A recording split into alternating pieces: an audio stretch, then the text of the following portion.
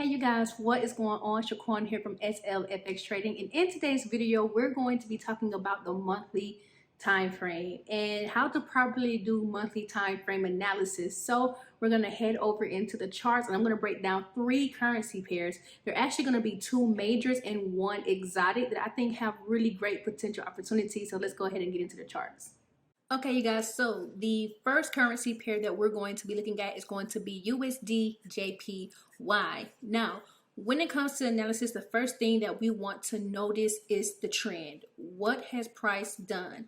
And in reference to the monthly time frame, because, well, July 1st is tomorrow, we want to kind of recognize how price has moved for the month of June. So we're going to go ahead and get into that. So let's find the first day of June, which is right here, June 1st. Now, as you guys can see, for the month of June, price has fluctuated up and then down and up and then down, but the overall movement has been bullish, which means the bulls or the buyers have control.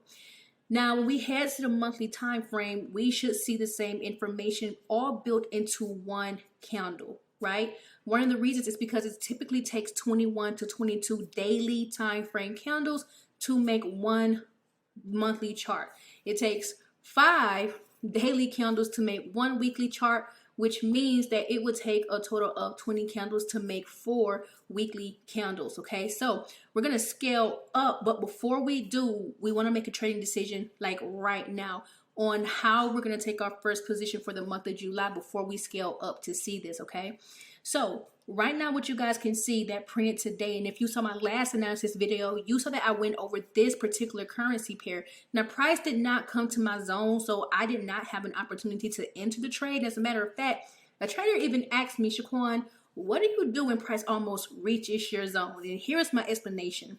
So I like to avoid almost rules and say that if price does not reach my zone, I do not enter the trade. I am looking for quality trades, not trades that will make me second guess my rules. So that's my answer to the question that he asked. It was a really good question, and they're really good learning lessons that I've learned over the years. Either the movement is going to fit my rules, or I just don't enter the trade and I just let it be. There are more currency pairs to trade, so that's how I like to look at it. So now that we're looking at USD JPY, one thing that I am going to take note of is that price has created a new higher high. So now I'm going to update my price chart before I go up in time frames. All I'm going to do is name this as my new higher low. One of the reasons why I want to name it as my new higher low, because I am giving honor to the buyers. I'm saying, buyers, I see you. You push price up, which means that there is more demand for the United States dollar than the Japanese yen. That means I am still the buyer. So now I am just going to adjust where I want to enter my next trade, which would be right here, based on the demand or the high volatility or the high momentum of buyers. So I'm going to trade with them. So I'm looking for a buy. So now if price comes and if it can touch 110.755, I'll go ahead and run it off yen. I am going to enter a buy. Now, I don't know how high price can go, so I'm just going to sit in my hands and wait. Maybe by the end of the week, I'll have a trade, or maybe going into next week, I have a potential setup. So I'm going to wait. Now, when I go to the monthly time frame, mind you, I told you guys that it typically takes 21 to 22 daily candles to make one monthly candle, which is the evidence that we see right here. The use of the monthly time frame is to look at less candles, but you see more detail. You see more information all built into one candle. And then as we break it down, we're still going to see the same piece of information. So if you ever say or feel or think or have been told that price does things differently on each time frame, that's technically not true. One of the reasons is because you have to understand trend cycles. Remember when I said that the buyers have control, that is a buyer's market? Well, the monthly time frame just told us that. And if I break it down to the weekly time frame, we're going to even see more evidence of it. So I'm going to make these candles go to my daily time frame because we don't want our higher time frames cluttered. And what do you guys see has happened right here?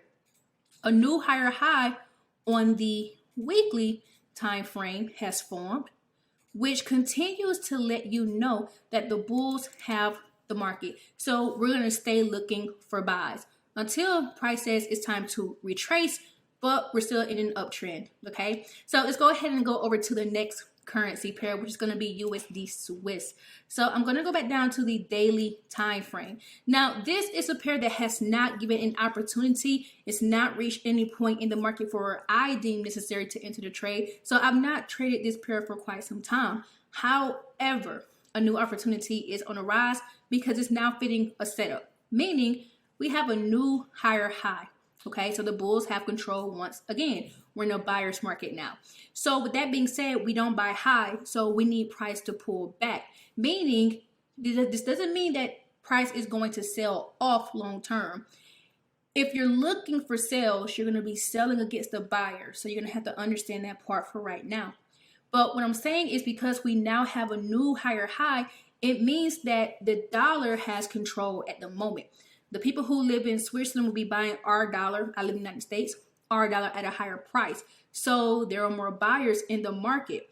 Now, with that being said, because we don't buy high, we now need price to stay below around 0.91425 cents. So I'm going to wait for price to pull back. I want to see if it can pull back around 0.91840 cents.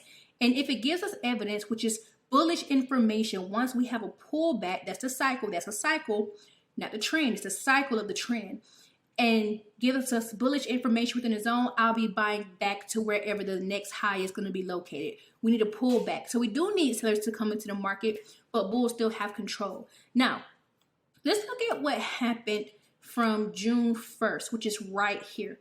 As you guys can see, price was selling off. Lower lows, lower highs, lower lows, lower highs. And if you watch any of my previous videos where I've talked about this pair, back then we were selling off, right? Now it looks like we're going to turn around and start buying. Why? Because now the bulls are now creating fluctuations in the market to the upside. So right now we don't want to look for a sell at the very moment. So from June 1st, you see a big, strong bullish momentum, big, strong upward move. So when we go to the monthly time frame, we should still see evidence of that move, which is right here for the month of June. And then even further back, we can see price went down and then it's having that fluctuating up. But I want you guys to notice what has happened right here, why I say the bulls have control. This was the last on the monthly time frame. This was the last lower high, lower low, higher high. So now where do you think price is going to push up to? I believe price, if it continues to push up, can potentially go back up to 0.94743 because that's what the bulls do. They break highs. And if this is the case, you guys, we have some more to go. So this could be a really good indication that price could be going back up to the upside. Now, I would like to see a pullback to see if we can get that pullback.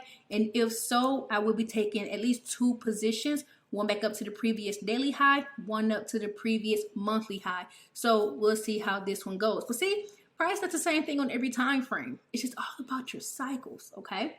Now, let's go to the last one, which is going to be USD MXN or USD United States dollar versus the Mexican peso. Yes, we can trade pesos here. This is called an exotic currency pair.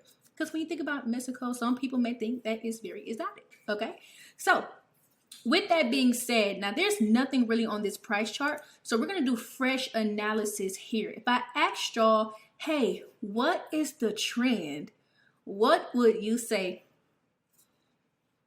I'm hoping that you can say up for right now, okay? So we're just going to actually stay on the daily for right now, and I'm going to say, you know, let's figure out why it's in an uptrend right now. All right, let's find the last, or one of the last lower highs, which is right here. We had a lower low, okay? Price pulled back, and it actually went above. That's funny. It's almost at the same rate. Actually touched the same rate, but I like to zoom in and look at my wicks. This one is a little bit higher. There we go. That one is a little bit higher if we zoom in. Nope. Is this one a little bit higher? Y'all see what I have to go through? You literally have to go through these things as a trader. You want to be sure you're right. Yep, that one is a little bit higher. Cool, great, awesome. All right, that one's a little bit higher. And then we got a lower low, which is right here. And now we have a higher high. Once price passed the last bulk of sellers, the buyers came into the market once it passed 20.2135 peso, and it pushed price up to 20.74 or 24.74 peso. And the goal is to see a price can stay above the last low if we're truly bullish. And if it does, let's do some more analysis right here. There we go. Bam. And as you guys can see right now, it's pushed up, gave a nice bullish candle. This is actually a good entry right here as well. Disclaimer, because I said that, if you do take this trade, be sure you see the same thing. Don't take it just because I said it. Do your own analysis. But I'm giving you my perspective, my eyes. Disclaimer. Okay, at your own risk. So, this is a good entry. I'm going to enter this. Okay, and my target's going to be back up to the previous high at 20.74 cents. But what we want to do is confirm it. But I'm going to go back up to the weekly actually first and see what's going on. Okay, so even looking at this time frame, if we were to separate these fluctuations, it does seem like this is a higher high. From here, a low, then price goes back up. And do we pass this low? We don't pass this low. So y'all, we may be actually going up, but y'all can see how price has been ranging here ever since April. That's a big peak of consolidation. The price bounces up really high, then it bounces back down. So yeah, let's stick to the daily on this one because it's kind of choppy right here. Let's see if we're going to get some movement back to the upside. Weekly low here. As long as we don't pass 19.55 peso, I think we're going to be good. Bullish candle is a doji. Remember how I was just saying that price ranged since April? And then we got that big push up, then push down. That's why it's closing as a doji. Yeah, let's see what happens here. This is quite interesting. But if we look overall, what is the trend? Price is still bullish overall. So I would like to see what happens here. But I would take more of an active position, which means I don't think I would do anything too much long term right now. So I would trade back up to $20.74, which is what I'm going to do. Take a buy and then be done with the trade here. Easy peasy, right? So yeah, those are like three really good base USD pairs or base United States dollar pairs, which means that the United States dollar comes first. And if they are truly meant to go back up, you guys, then we need to see a pullback on USD JPY, USD Swiss, so we can get an entry because we don't want to buy too high. Unless you're going to take more of an aggressive approach and buy based on the monthly time frame per the USD JPY and per United States dollar Swiss franc, because right now the monthly has shown some good bullish information, but I don't think some of you will be that high risk to do so. And if you're not, that is very fine and okay. Stick to your rules. So let me know in the comments below if you found this video helpful and what is your key takeaway. And if you did find it helpful, be sure to share the video, subscribe, and comment below. And I will talk to you guys later. You guys be blessed and have a good weekend.